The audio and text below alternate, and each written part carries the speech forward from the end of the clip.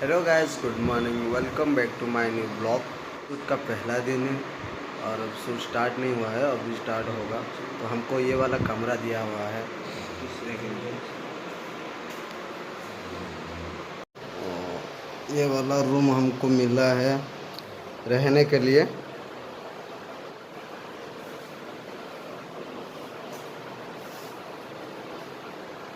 Guys, यहाँ पर आज शूट होगा।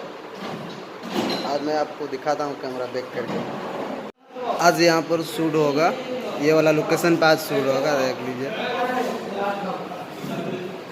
इस कमरे के अंदर आज शूट होगा, शूट का तैयारी चल रहा है।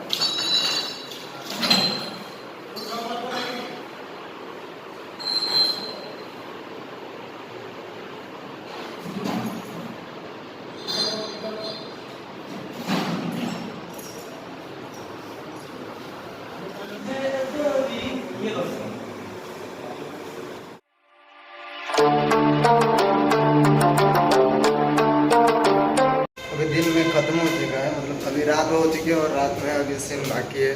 कितना लेट होगा पता नहीं। सो गाइस, अभी रात हो चुकी है, तो अभी रात का सीन चल रहा है। मैं आपको मेकअप वाले रूम पे रख कर दिखा रहा हूँ।